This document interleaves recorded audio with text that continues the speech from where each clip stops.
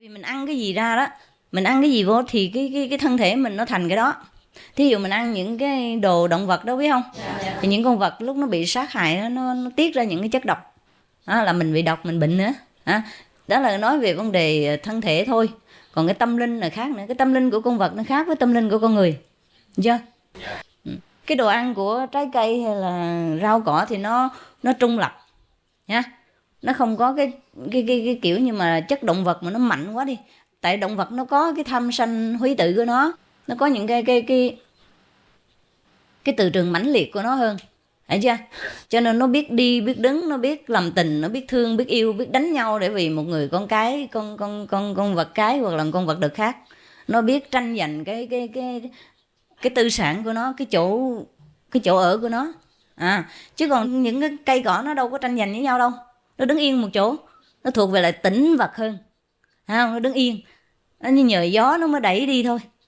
Nhờ gió nó đưa đẩy rồi những cái bông hoa, những cái nhị của nó mới gặp nhau, nó trở thành kết trái đơm bông, kết trái.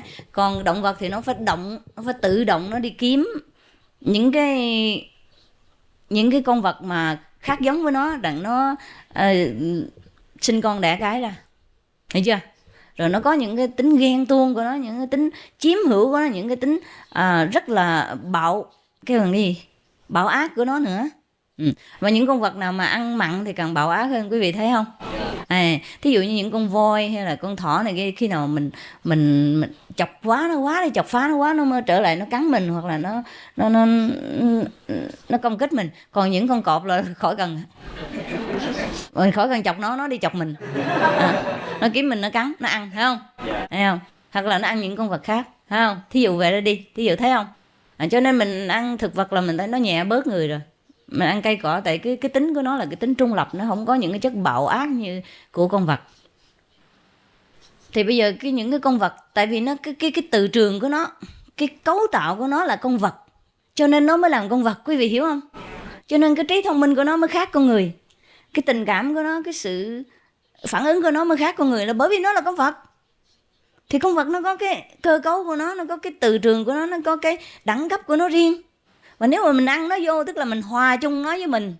Ăn nhiều quá thì mai mốt nó cái chất vật nhiều hơn chất người thì mình phải làm con vật thôi. Cái đó dễ nói, cần gì phải superstition, cần gì phải Buddhism proof, là cần gì phải có Phật giáo nói là có nhân có quả thì lúc này làm con vật, lúc này còn không đâu. Thí dụ bây giờ một cái ly nước lạnh này ha, một ly nước lạnh trong như thế này ha, nước lạnh trong đó, không có gì hết ha. Rồi quý vị bỏ cái chất gì vô đi, không bỏ mực đi, cái in á, cái mực để mình viết chữ đó, rồi bỏ một giọt vô thì chưa thấy gì, thấy không? Thấy nó cũng còn trong, 2 giọt 3 giọt nó cũng còn trong đi, bỏ 4 5 6 7 8 giọt vô hội đen thù lùi phải không? Là nó thành mực rồi.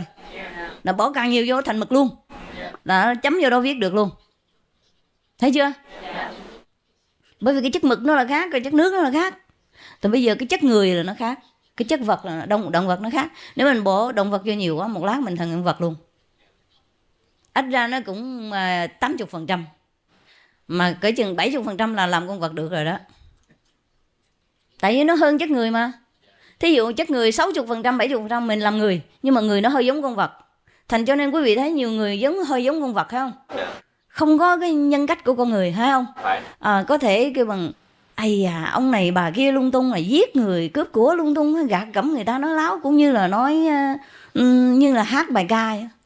Nó quen đi, thấy chưa? Đó là những người có cái động vật tính quá nhiều. Còn có những con vật á, quý vị thấy không? Nó làm thân con vật nhưng mà nó có thông minh trí huệ ha, nó có tình cảm cũng hơi giống gần con người, quý vị thấy không?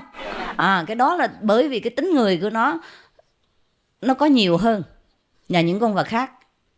Còn có những con vật khác nó có tính động vật, thí dụ 80% thì nó con vật nhiều hơn con người. Mà có những con vật nó có cái nhân tính cũng như 40% hay 45% đi, thấy không? Thành nó nửa người nửa vật, thì mình thấy nó thông minh quá đi, mà nó có tình cảm quá đi. Nó là vậy đó. Những con người mà tại giống con vật là tại vì họ huấn luyện họ biến thành như vậy. Họ học theo cái tính của con vật, họ không có kiềm chế cái con vật tính của mình quá nhiều đi, rồi càng ngày nó càng nhiều lên, cái mai mốt cũng làm con vật. Còn nếu mà làm người đi nữa thì cũng không giống là người bao nhiêu, không có cái nhân cách của một con người tốt, hiểu chưa? Làm mắng cái gì bậy bạ cũng không thấy xấu hổ gì cả. Thì quý vị hiểu rồi ha, không phải mấy cái Chứ không phải sư phụ bắt buộc quý vị giữ giới rồi này kia để là ép quý vị này kia, không phải. Cái đó là những lời khuyên thôi. Cái đó là những cái trí huệ, những cái cách tu hành mà bí mật từ hồi đó tới bây giờ của những minh sư để lại. Cái luật tuần hoàn trong trời đất nó như vậy. Mình biết cái luật trời đất thì mình sống nó dễ dãi.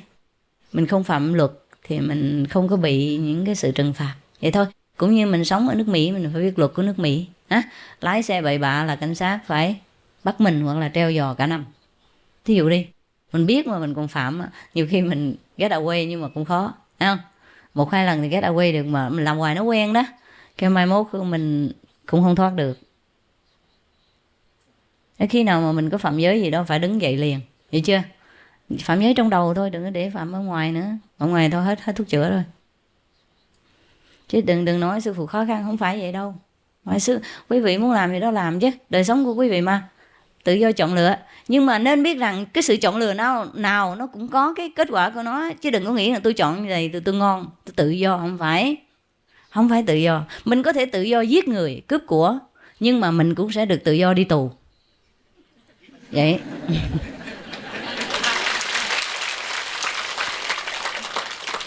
chứ trong cái đời đất này không ai cấm ai được cả. Tại vì ai cũng là một vị Phật, là một vị Thượng Đế, một phần của Thượng Đế cả. Cho nên không ai cấm ai được hết. Nhưng mà mình phải biết cái phẩm chất Thượng Đế của mình, cái phẩm chất Phật của mình. Mình phải sống theo cái tiêu chuẩn của Phật, của trời đó, thì mình mới trở lại được. Mình mới kiềm chế được cái tính mình mới làm chủ của mình được.